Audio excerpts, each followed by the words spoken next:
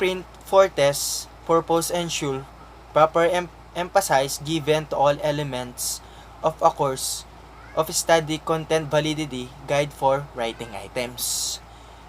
Table of specification is a plan prepared by a classroom teacher as a basis for test construction, especially a periodic test. Is a two-way chart. Is a two-way chart which describe the topics to be covered by a test and the number of items or points which be associated with each topic. A TOS is a chart that show the topic that will be covered on a test. First, knowledge. Remembering facts, term, definition, concept. Second, comprehension. Understanding the meaning of material, explain, interpret, summarize, give example, predict, translate. Third, application. Selecting a concept or skill and urging it to solve a problem, compute, solve, apply, modify, and construct. Fourth, analyze. Breaking materials down into its part and explaining the hierarchical relation. 6. Synthesis. Producing something original after having broken and material down into its components part. And the last one, evaluation. Making a judgment based upon a pre-established set of a criteria. So, I have example here. Multiple choice question, advantage and disadvantage. First, advantage. Quick and easy to score by hand or electronically. Can be written so that they test a wide range of a higher order thinking skill, can cover lots of contents areas on a single exam and still be answered in a class period. Disadvantage. Often test literacy skill. If the student reads the question carefully, the answer is easy to recognize even if the student know little about the subject. Provide unprepared student the opportunity to guess, and with the guesses that are right, they get credit for things that they know. Expose student to misinformation that can influence subsequent thinking about the content. Take time and skill to construct especially good question.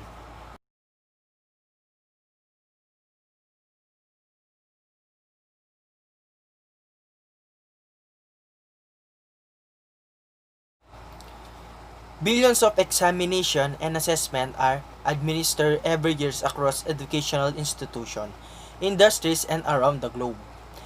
And what are these tests for?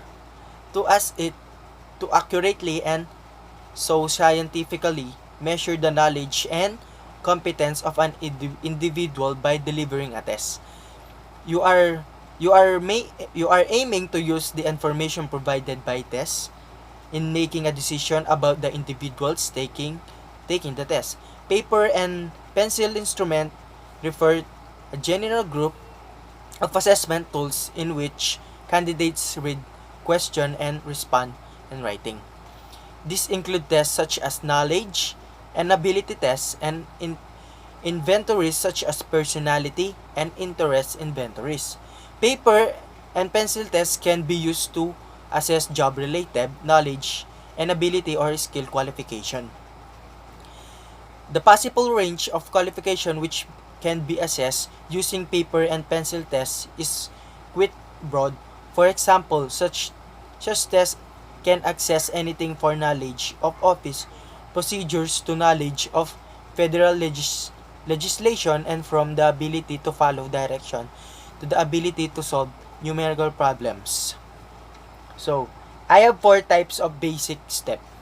First, listing topic areas or tasks.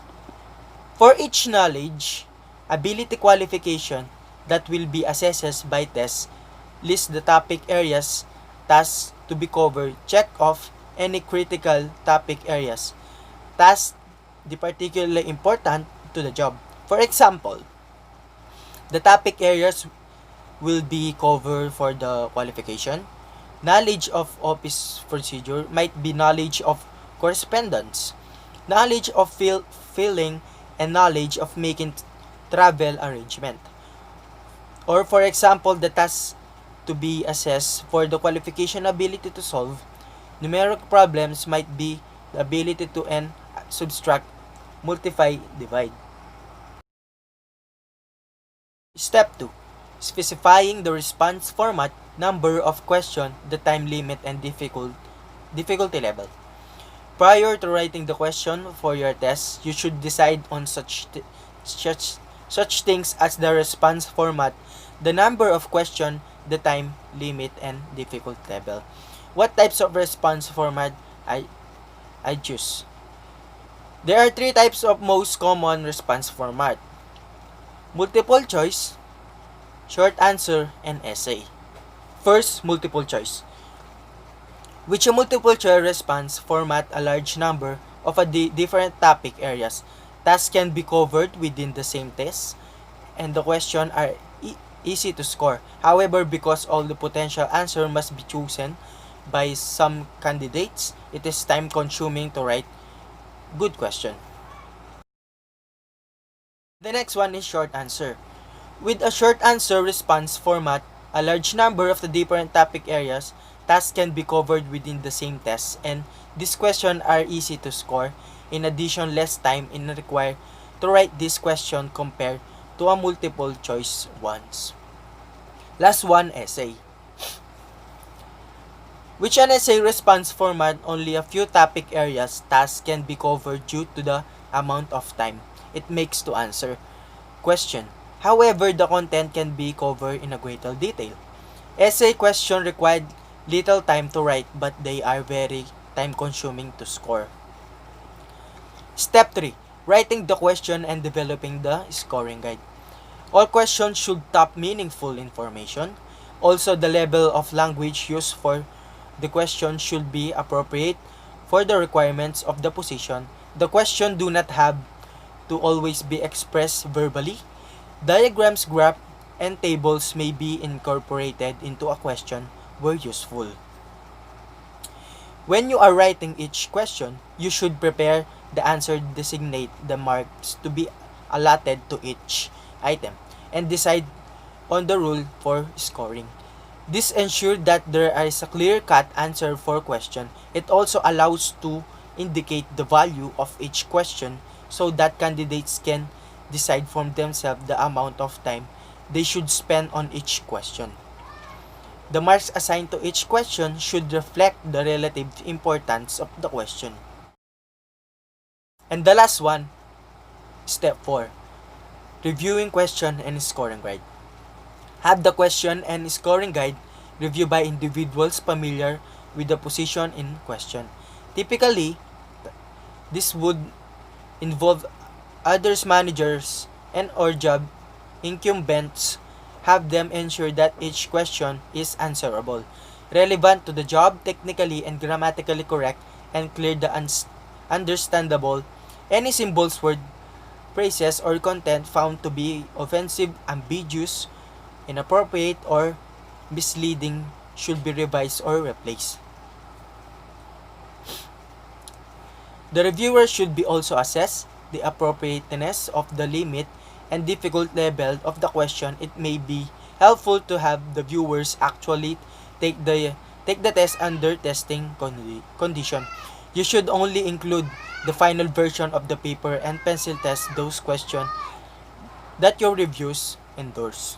So, what is the pros and cons?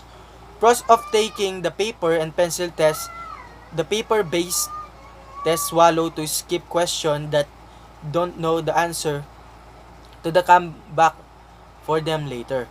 You can mark up exam booklet as much as you can.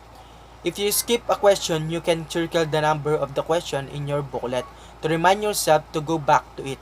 If you don't know the answer to a question, you can cross off the answer that seems unlikely or wrong to you and guess based on the remaining answer. So, what is the cons? Cons of taking and paper and pencil test.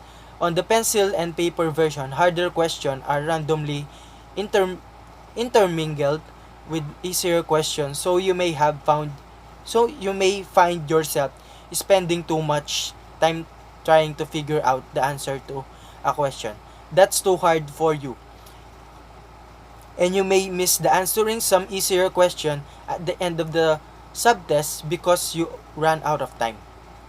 The result, your overall score will be lower. The paper answer sheet are scored by an optical scanning machine. The paper has com- conniption when it's come across an incompletely filled answer circle or stray pencil marks, and will often stubbornly refuse to give you credit for this question even if your answer correctly. And that's all. Thank you for watching. Have a nice day and stay healthy and stay safe.